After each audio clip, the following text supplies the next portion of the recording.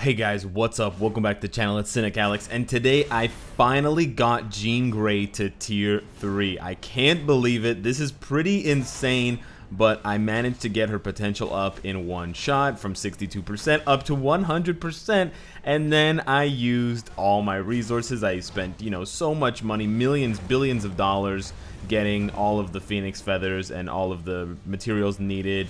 I sold my kidney.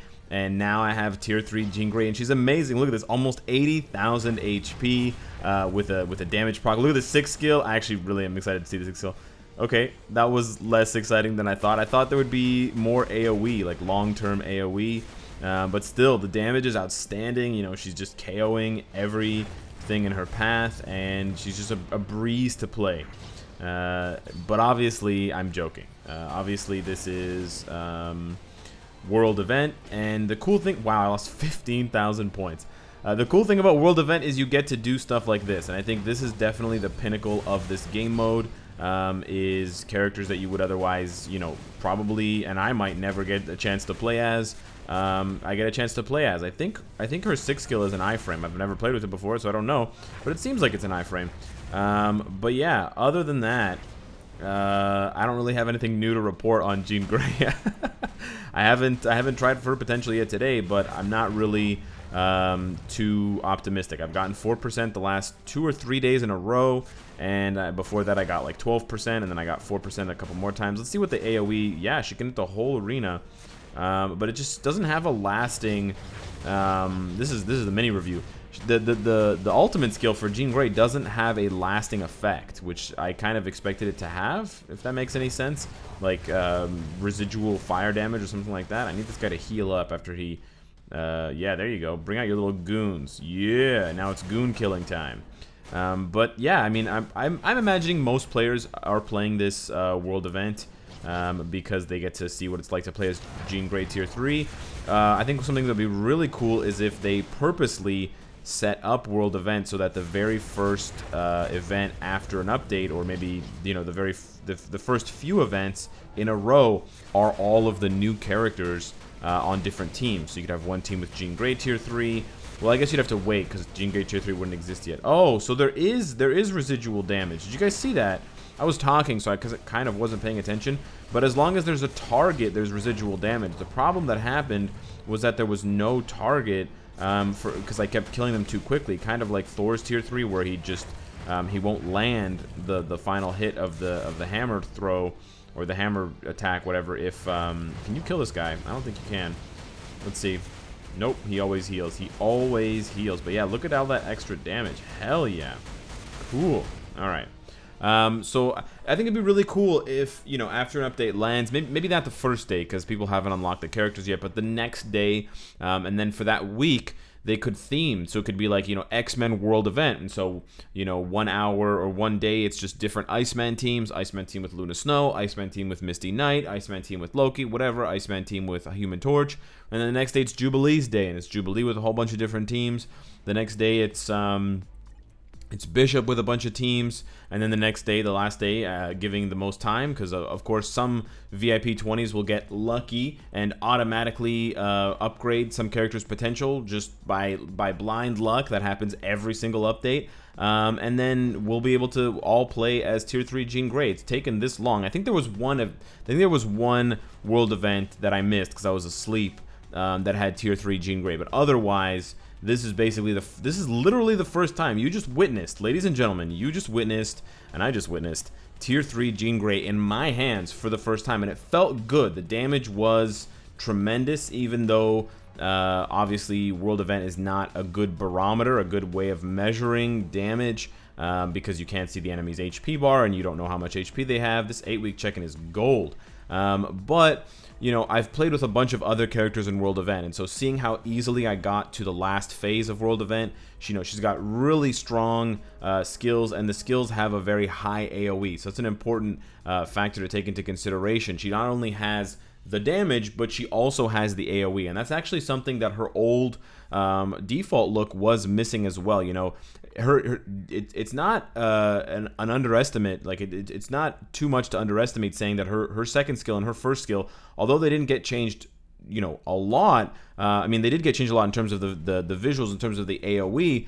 That's really a big part, because her old first skill and second skill had very small targeting windows, and so you're basically just hitting one enemy at a time with both of those skills. The second skill had a bit of an AoE when she lands and leaves a little bit of fire on the bottom, but that's basically it. But her new first and second skills, they wipe the floor with enemies. And so I can't wait. I'm excited. Maybe tomorrow, maybe in a week, maybe in 9 days. 9 days is the estimate at this point for when I will unlock Jean Grey's potential, if I continue to get 7 or 4% every single day. That's how long it's going to take. Hopefully it doesn't take that long, but you know, we have no idea. I have no idea what to expect, so I don't know, and it could actually take that long. As far as those of you that have Jean Grey at level 70, let me know how you feel about it, and if you are considering it, just leaving her at level 70. And this is something that was posed. This was a question that was posed on the Reddit that I found interesting. Is Jean Grey strong? Basically, the question was along the lines of, is Jean Grey strong enough at level 70 that you don't need to tier 3 her? And that might be the case for a few people, and that might be the case if you don't care too much about timeline battle, but you do want to win, you know, most of the time. Now, if you haven't already checked, if you go over here, you can see that she's already been banned. And Jean is actually one of the most frequently banned characters in Timeline. I'll be curious to see if they change this list. They do need to update this list to add Captain Marvel to the ban list at least once a month, because right now Captain Marvel is never banned. So every single Timeline team, every single week, so basically every single month, has Captain Marvel. Like literally every single team has Captain Marvel. I haven't seen a Captain Marvel list team in so long. And it does tend to get boring. So I think they need to update these lists. They're very good lists. There's a lot of meta characters here that are banned. Wasp, Doctor Strange, Quicksilver, Thanos, Captain America, even Psylocke, and of course Jean Grey. But there really could be more done, and it would be very interesting, especially to see a week where all of the debuff characters are banned. So, you know, Angel, Sentinel, Jean Grey, Strife, Wasp, Malekith, Supergiant, just ban all of them. I'm probably missing one. Ban them all, and then see what people come up with for teams. When we don't have debuffs anymore, what happens? It might just be a boring week that defaults to a bunch of tier 3 Spider-Mans webbing everybody up, but it might not be. People might whip out characters that have debuff reduction, like Wolverine's leadership, or they might use characters that can tank the hits or have reflect. Physical reflect might make a comeback with Luke Cage. I really think that Jean Grey and you know, the Jean Grey, Thanos, Captain Marvel trio that has really dominated the last, pretty much the first 6 months, or the last 4 to 5 months of PvP talk. There really needs to be more done to spice that up, because we've basically just gone through, you know, Captain Marvel's meta. She's dominating Timeline, and then, okay, we got Thanos, so we have a counter to Captain Marvel, but that's basically the only conversation we're having is, are you beating them with Captain Marvel, or are you trying to use Thanos in the weeks that he's not banned? And now we're just adding another hyper strong character to that list. And it's cool to get other characters that are really strong that can compete. So you kind of have like a Godzilla situation where you have Mothra, you've got, you know, the three-headed dragon one, Grydon, or whatever the hell his name is. I butchered that. I'm not a big fan of Godzilla, but you know, you have all those monsters, Gira, some shit like that. Anyways, you have all them battling it out. I really want to figure out what the name is, but I can't. You kind of have that situation playing out now with Thanos, Captain Marvel, Jean Grey, and to a lesser extent characters like Strife, tier 3 Deadpool, and you know, in some rare instances tier 3 Wolverine. But everybody else, the other 185 characters, are just being left in the wayside, left in the bin to suffer. So I do think that they should look at not only playing around with the ban lists to emphasize new characters. You know, why ban Jean Grey 1 week after she comes out in Timeline Battle? Well, she's being banned because, let me tell you why. They never changed the ban lists. They changed the ban lists maybe a year ago, and they haven't touched them since. And that's why characters like Doctor Doom are never banned, because he came after the ban list was made. And that's why Captain Marvel isn't banned, because she was garbage when they made the ban list, or the restricted list, and so she was never put on any of them, even on accident. I mean, there are a couple bad characters here, like Dormammu and Hulk. Even they're not that bad. I mean, Iron Hammer, I guess, Magneto, I guess. But they should look more into, I mean, it really can't take that long.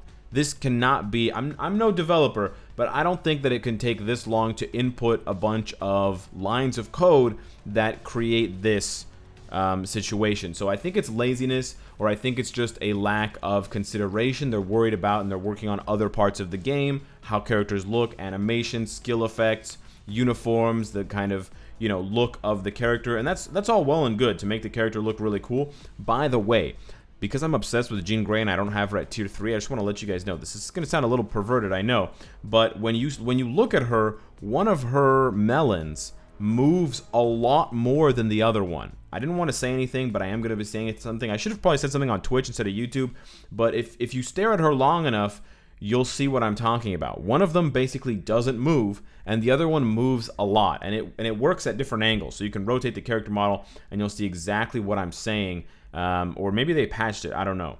I'm looking at it now, and no, it's still there. It's definitely still there. But yeah, honestly, tier 3 Jean Grey, she seems fun. I can't wait to have her myself. Timeline battle should have more restrictions. Should, you know, easy things to implement. World event should have more flavor. I just want more flavor. I think Netmarble has this huge untapped pool of potential for making the game more thematic. You know, an Avengers world event, an Inhumans world event. They already do that. They already do that where a lot of these teams are, you know, these are X-Men. They're kind of like, and there's also a love triangle here. So yes, I understand that from, well, Summer Love, from a comic book's point of view. But for all the casual fans, or for the fans that aren't paying attention, they're going to completely miss these types of things. Or in the previous video that I made on World Event, we had Inferno, Karnak, and I think it wasn't Moon Girl, it was Kamala Khan, in 3 Inhumans. So yes, that is the case, but they could definitely do a lot more to emphasize it explicitly. You know, like they have the faction battle, something like that, but put them within existing game modes. You can have a world boss invasion where the whole week you have to play as Avengers characters, or you have to play as X-Men or whatever, or maybe not a week, maybe just a day, but it doesn't matter. And then timeline battle, you know, the restrictions should be, every update should feature new changes to the restricted characters list, and then we can have an update where, you know, like why don't they ban all of the non-Spider-Verse characters 2 weeks or 1 week after the Far From Home update comes? Then it'll really feel like the Spider-Verse update, and it'll really feel like Spider-Man is being featured in that update, and it'll encourage more people like me to tier 3 him possibly, and other characters in that area to be built up. You know, yeah, just kind of my feeling. But in general, Jean Grey tier 3, I can say now that I have her and I've played with her, very, very fun. So hopefully you guys have enjoyed this little kind of tongue-in-cheek thing. Let me know what you think. Hit me up in the comments down below. Sorry, I cracked my knuckle. Hit me up on Twitter, Discord, etc. And of course, if you like what you see, I hope to see you again tomorrow. Take care.